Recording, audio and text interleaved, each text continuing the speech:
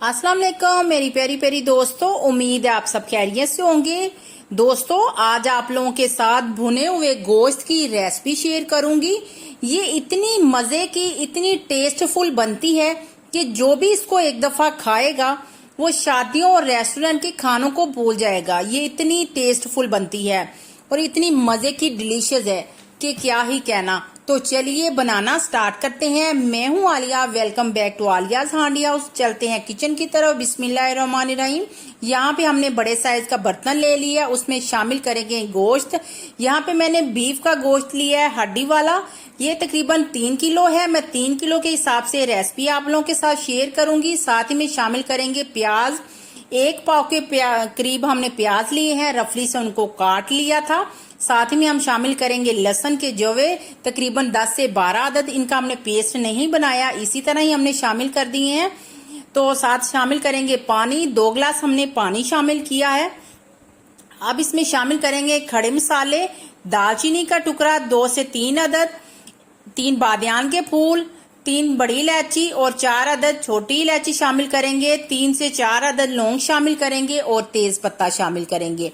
जो लौंग और बड़ी इलायची है उससे क्या होता है, जो गोश्त है ना उसकी स्मेल को खत्म करता है, और जो बादियान का फूल है उससे गोश्त में बहुत ही जबरदस्त फ्लेवर आता है, बहुत जबरदस्त टेस्ट आता है। तो चलें जी, इनको करते हैं मिक्स। तो हमने इस पॉइंट पे घी वगैरह शामिल नहीं करना, क्योंकि घी हम शामिल करेंगे ना तो क्या होता है, जो गोश्त होता है वो थोड़ा सा हार्ड हो जाता है। तो हमने इसको हार्ड नहीं करना, इसीलिए इस पॉइंट पे हमने इसमें घी शामिल नहीं करना। तो इसमें पानी भी हमने कम ही शामिल किया है, क्योंकि जो गोश्त है वो भी अपना पानी छोड़ेगा और जो प्याज वगैरह हमने शामिल किए हैं वो भी अपना पानी छोड़ेगा, इसलिए हमने इनको ज्यादा पानी इसमें शामिल नहीं किया। इसको करते हैं कवर करने के बाद इनको मीडियम आंच पे रख देंगे। ये तकरीबन 20 से 25 मिनट तक अच्छे से पक जाएगा, गल जाएगा। अगर आप प्रेशर कुकर में बना रहे हैं तो सीटी आने के बाद 10 से 12 मिनट तक पकने के लिए रख दें तो अच्छे से ये पक जाता है प्रेशर कुकर में 10 से 12 मिनट तक। तो देखें जी, 25 मिनट में हमारा जो गोश्त है वो प्रॉपर कुक हो गया है। तो देखें जी, वैसे भी कहते हैं जो कुर्बानी का गोश्त होता है ना वो बहुत ही जल्दी गल जाता है, बहुत ही नरम और सॉफ्ट होता है वो गोश्त। तो अच्छे से गोश्त है वो नरम हो गया है। अब जो इसके अंदर यखनी रह गई है हम फ्लेम हाई कर देंगे ताकि जल्दी से यखनी ड्राई हो जाए। तो साथ ही में हम इसमें शामिल करेंगे कुछ स्पाइसेस। तो जनाब, अगर आप लोगों को यहाँ तक रेसिपी देख लेने के बाद जरा बराबर भी अच्छी लगी हो, लाइक और सब्सक्राइब जरूर कर लीजिएगा। अगर तो पहले से कर ली है तो दिल से शुक्रिया। ठीक हो गया। साथ में हम शामिल करेंगे सब्ज मिर्चें चॉप की हुई 2 टेबलस्पून। 1 टेबलस्पून हम शामिल करेंगे अदरक का पेस्ट। 1 टीस्पून काली मिर्च शामिल करेंगे। 1.5 टीस्पून सफेद नमक शामिल करेंगे। 1.5 टीस्पून खुश्क धनिया का पाउडर शामिल करेंगे। 1 टीस्पून गरम मसाला शामिल करेंगे। 1.5 टीस्पून लाल मिर्च का पाउडर शामिल करेंगे। तो साथ ही में शामिल कर देंगे 1/2 टीस्पून से भी थोड़ी सी कम हल्दी हमने शामिल की है। ठीक हो गया। ये मैंने 3 किलो बीफ का गोश्त लिया है, उसी हिसाब से मैंने सारे मसाले शामिल किए हैं। अगर आप लोगों के पास गोश्त कम या ज्यादा हो तो आप उसी हिसाब से अपने मसाले सेट कर लीजिएगा। ये मैं 3 किलो गोश्त की रेसिपी दे रही हूँ। बीफ का गोश्त है, मटन की रेसिपी भी इसी में बन सकती है, सेम रेसिपी है। तो साथ में हम शामिल करेंगे 1 कप के बराबर घी। तो अब हमने इसकी भुनाई करनी है, तो भुनाई अच्छे से करनी है।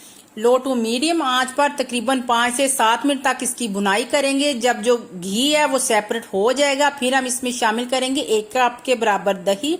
दही हमने 1 कप ही शामिल की है, क्योंकि हमने इसको भुना हुआ गोश्त शामिल करना है, इसकी ग्रेवी नहीं बनानी। अगर तो ग्रेवी बनाना चाहते हैं तो ज्यादा इसमें दही शामिल कीजिएगा। तो साथ में शामिल करेंगे 3 अदद टमाटर लिए थे, उनका भी पेस्ट बना लिया था। इनको करेंगे मिक्स। हमने भुना हुआ गोश्त शामिल करना, तो याद रखिए अगर आप इसमें दही ज्यादा शामिल करेंगे तो वो ग्रेवी भी ज्यादा ही बनेगी। हमने इसको ग्रेवी वाला बिल्कुल भी तैयार नहीं करना, हम इसको भुना हुआ गोश्त तैयार कर रहे हैं। तो ये इतना मजे का, इतना डिलीशियस बनता है ना कि जो भी इसको एक दफा खाएगा सालों साल याद रखेगा। तो देखिए जिसकी शाइनिंग, इसकी लुक आप लोगों को नजर आ रही होगी, माशाल्लाह कितनी जबरदस्त कितना शाइन वाला भुना हुआ गोश्त बन के तैयार हो रहा है ना कि माशाल्लाह अल्हम्दुलिल्लाह। देखिए जी इसकी शाइनिंग चेक करें, आप लोगों को नजर आ रही होगी। ठीक हो गया। सेम रेसिपी है, बिल्कुल इसी तरह आप भी ट्राई कीजिएगा, बनाइएगा, इंशाल्लाह आप लोगों को भी बहुत बहुत पसंद आएगी। तो ठीक हो गया। इसी तरह ही अब हम इसमें कुछ शामिल करेंगे जो चीजें हमारी रह गई थी। यहाँ पे हम शामिल करेंगे सब्ज मिर्चें 3 से 4 अदद साबुत ही हम शामिल करेंगे। साथ ही में हम शामिल कर देंगे लेमन का जूस। चटपटे फ्लेवर के लिए हमने थोड़ा सा लेमन का जूस शामिल किया है। साथ ही शामिल कर देंगे सब्ज बारीक कटा हुआ धनिया। इन सारी चीजों को करेंगे मिक्स। जब घी बिल्कुल सेपरेट हो जाएगा, गोश्त की अच्छे से बुनाई हो गई, आप लोगों को नजर आ रहा होगा। तो अब हम चलते हैं फाइनल लुक की तरफ। तो फाइनल लुक जरूर देख के जाइएगा। देखिए जी, चलते हैं फाइनल लुक की तरफ। ठीक हो गया। तो देखें जी माशाल्लाह, फ्लेम हमने ऑफ कर दी है और चलते हैं फाइनल लुक की तरफ। तो देखें जी माशाल्लाह अल्हम्दुलिल्लाह, मेरे अल्लाह की शान।